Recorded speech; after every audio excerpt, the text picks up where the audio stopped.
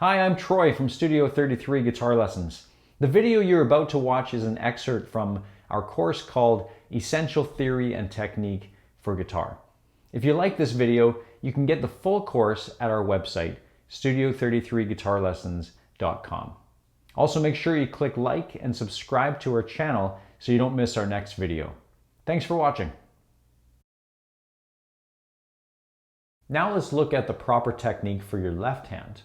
There's two main areas of concern for the left hand: the finger placement and the thumb placement. Let's zoom in to have a closer look.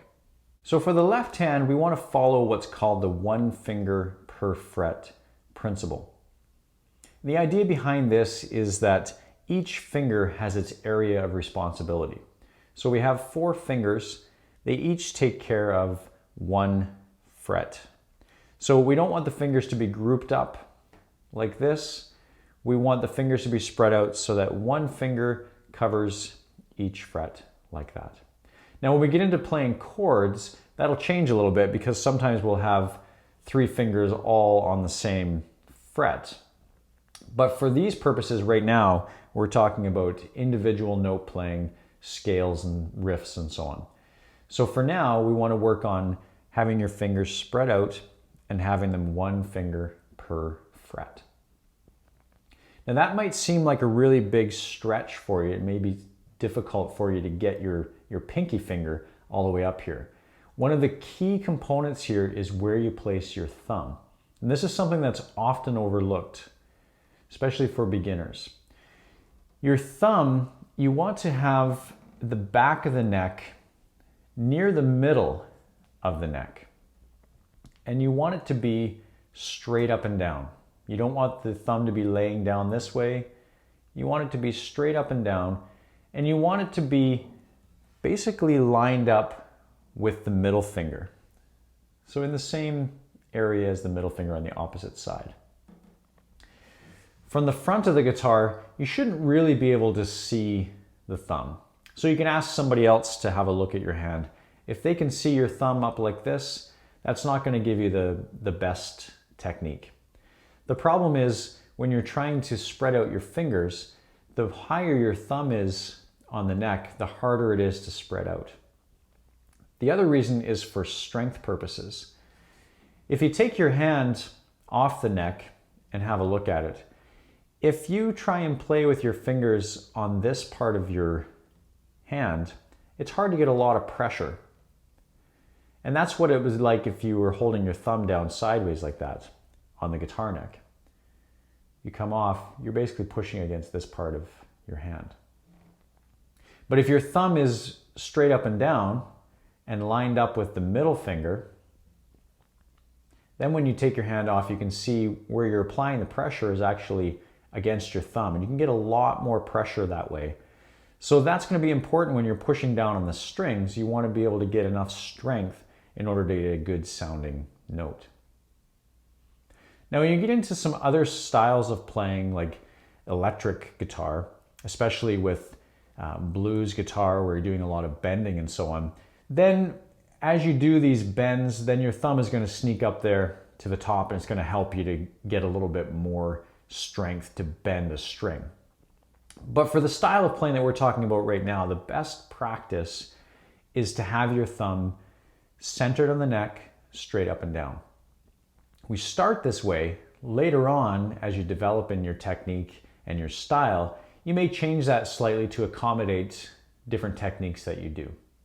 The other reason that it's important to keep your thumb down and in the middle of the neck is that'll actually help you to spread your fingers out further. When I have my thumb in the middle of the neck, straight up and down, lined up with the middle finger, I can spread my fingers out to 5, almost 6 frets. Now, as I raise my thumb up, my hand has no choice but to come together. I just physically cannot keep my fingers spread out as far. So right now, my thumb is up in the top of the neck, as you can see, and I physically cannot get much more than 3 frets spread apart. As I move my thumb down, then the angles change and I'm able to get more of a stretch. So it's very important to do that with your thumb and have proper placement so that you can get a good stretch and we can maintain this 1 finger per fret principle. Earlier I talked about the frets and how they're numbered, 1, 2, 3, 4, 5, etc. And I talked about how the area in between the frets is what we're referring to when we talk about those numbers. Now, although that is true, when we play a note in that area, where we're going to get our best sound is playing near the front of the fret, which would be this direction, as we play close to the fret. So we don't want to play right on top of the fret, but just behind it. And that's going to give us the best sound. So what's happening here when we play the string, we put our finger down, we're actually pushing that string against that metal fret and stopping it from vibrating behind your finger. So for example, if we look at one that's a little bit higher here, normally when we play the string open, the string is vibrating all the way from the nut to the bridge. Once we put our finger on one of the frets, we're actually cutting the string. If I put my finger here, now the string is only vibrating from this point to the bridge. This section of the string is no longer vibrating. And that's what changes the pitch of the string because we're making it shorter. So the goal here is to get that string to make a good contact with that fret so that it's solid, so that it rings nice. If you move your finger back here, what happens is that you're not making a good solid contact with that fret. And so now the string buzzes against that fret instead of being solid on top of the fret. So if you listen to the difference, if I play back here, I'll get this buzzing sound. But as I move my finger closer to the fret, without applying more pressure, I get a nice solid sound. And that's because the string and the fret are coming into a good contact with each other. So the best tone you're going to get is right by the fret, not back here. You don't want those sounds. You want this sound. The other really important aspect to the left hand is we want to make sure that we're playing with the fingertips, not with our fingers flat. That'll be really important once we start playing chords because we want to make sure that we're playing the strings that we want without getting into the way of the other strings. To help you get a good curve to your fingers to play with the fingertips, you can imagine that in your hand you're holding a golf ball. So picture a golf ball in this part of your hand.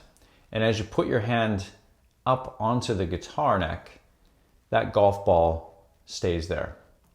So when your hand is on, there should be a gap in between the palm of your hand and the bottom of the guitar neck. So picture that golf ball sitting right in there. Now keep the rest of the rules that we talked about earlier with having our thumb straight up and down, the back of the neck lined up with the middle finger, and 1 finger per fret. If you're finding that your fingers just can't make that stretch for 1 finger per fret, try doing it a little bit higher on the neck where the frets are a little bit closer together. You may find that a little bit easier. Still want to keep that thumb straight up and down, middle of the neck, lined up with the middle finger. But because the frets are a little bit closer together, you may find this a little bit easier. Once you're comfortable with your fingers being 1 finger per fret in this area, slowly move down 1 or 2 frets at a time where the frets are getting a little bit wider. And eventually you'll be able to make your way down to the lowest part of the neck where the frets are the widest. With your left hand, there's a lot of variables that can affect how your hand sits on the guitar neck. Because your arm has a joint at the shoulder, at the elbow, at the wrist, at each knuckle, all of those things will affect how your hand will sit. So as you're playing, one thing that you want to try and focus on is that your hand should sit on the neck fairly naturally. Now it's going to seem a little bit awkward at first just because it's new, but it shouldn't be excruciatingly painful. You shouldn't have to have your elbow pushed way out or pulled way in, or your wrist pushed way out. Basically, your arm should come from your lap straight up and just lay right on the guitar neck. The angles that we have with the shoulder and the elbow should be basically in line that way.